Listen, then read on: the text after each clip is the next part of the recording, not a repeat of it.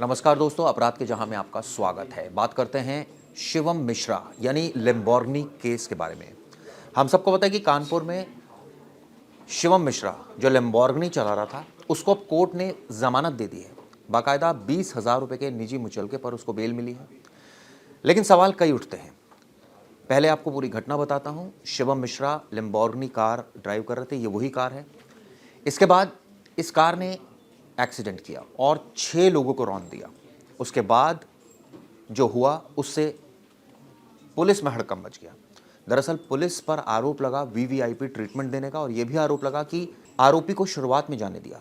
सवाल ये उठता है कि शुरुआत में जब आरोपी को जाने दिया और अगर उसने शराब पी रखी होगी, तो फिर जब उसको दोबारा अरेस्ट किया, यानी आज ही अरेस्ट किया, तो ऐसे में क्या वो ट्रेसेस मिल सकते हैं?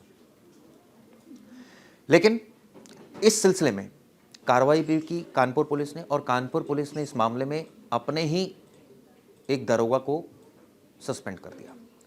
आरोप ये लगा कि वीआईपी ट्रीटमेंट दिया गया, दरअसल कार को ढक दिया गया, और ये भी कहा गया कि आरोपी को कैसे जाने दिया गया। इसके बाद बवाल मच गया।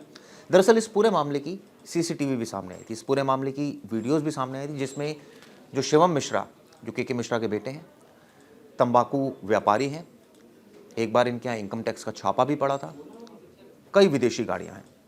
ऐसे में वो 18 करोड़ की ये लैम्बोर्गिनी कार चला रहा था और फिर एक्सीडेंट कर दिया, और उसके बाद उसको बाउंसर्स कार से निकाल रहे थे। ये साफ साफ देखा गया। और उसके बाद उनके पिता का बयान आता है, बड़ा हैरान करने वाला बयान आता है। वो कहते हैं कि पुलिस कमिश्नर झूठ बोल रहे हैं और गाड़ी उनका बेटा नहीं चला रहा था। इतना ही नहीं, इसके बाद एक और इस पूरे मसले में उठापटक होती है, और वो ये होती है कि अचानक एक ड्राइवर पेश कर दिया जाता है और कहा जाता है कि ये ड्राइवर गाड़ी चला रहा था, यानी सरासर झूठ बोला गया।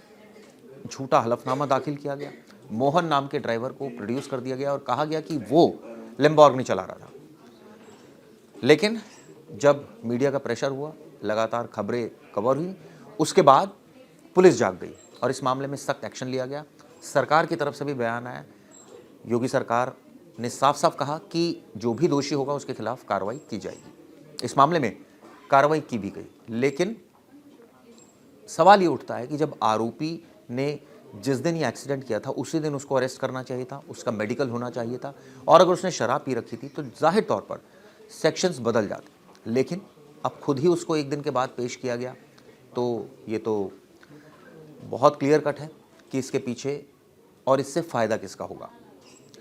लेकिन इस मामले में झूठा हलफनामा पेश करने, इस मामले में आरोपी मोहन को बताने, यानी ड्राइवर को बताने, ये तमाम जो झूठ बोले गए, उसको लेकर पुलिस ने क्या कार्रवाई की, क्या उसको लेकर कोई अलग से मुकदमा दर्ज किया जाएगा, इसकी सबको इसका इंतज़ार होगा। लेकिन जिस तरह से कार्रवाई हुई और आरोपी को अरेस्ट भी किया गया आज ही, और आज ही बेल दे दी गई, उससे कई सवाल खड़े हो गए।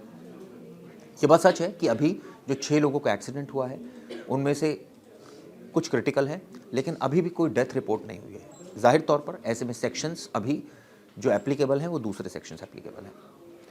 लेकिन इस मामले में जिस तरह से कंडक्ट रहा आरोपी का, यानी उसको भगाने में सीधा सीधा पुलिस शामिल थी, नहीं पकड़ना भी भगाने के बराबर ही है।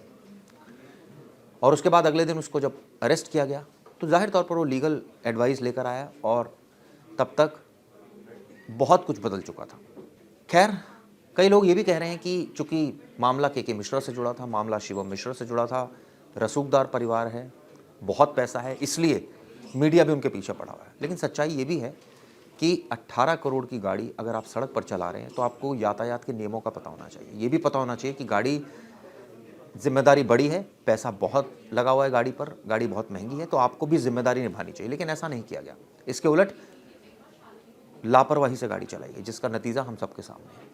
चलिए, इस मामले में आने वाले दिनों में क्या कार्रवाई होगी ये देखने वाली बात होगी। क्या ऐसा तो नहीं कि पुलिस पर दबाव पड़ जाएगा, क्योंकि के मिश्रा के संबंध ब्यूरोक्रेट से भी हैं, बड़े बड़े नेताओं से भी हैं, और ये भी कहा जा रहा है सोशल मीडिया पर तो कि ये छोटा सा ही तो मामला है, एक्सीडेंट का ही तो मामला है, इतना हाय तौबा क्यों मचा रखी है। लोग पता नहीं क्या क्या कर देते हैं, तब भी कुछ नहीं होता। कुछ हद तक इस तरह के विचार रखने वालों की बातें सही भी है, लेकिन सच्चाई ये भी है कि लापरवाही से गाड़ी चलाई गई, इसमें भी कोई दो राय नहीं है, और जो एज पर लॉ है वो होना चाहिए। चलिए उम्मीद करते हैं इस मामले में सख्त कार्रवाई होगी और जो सेक्शंस लगने चाहिए वो भी लगेंगे। ये वीडियो आपको कैसे लगी जरूर बताइएगा। धन्यवाद। जैसे कि मैं सो रहा हूँ तो पिताजी को जगाना है मुझे, तो वो डायरेक्ट उठाने के बजाय, और हिंसा की परंपरा मेरे यहाँ नहीं थी सौभाग्य से, तो वो क्या करते थे कि उस कमरे में आ जाएंगे या बाहर से गुजरेंगे और चौपाई बोलेंगे, प्रात काल उठ के रघुनाथा मात पिता गुरु नावई माता। कभी कभी मैं गुस्से में उठ करके अरे पापा, चरण स्पर्श किया और सो गया। मैंने कहा अब मत उठाना।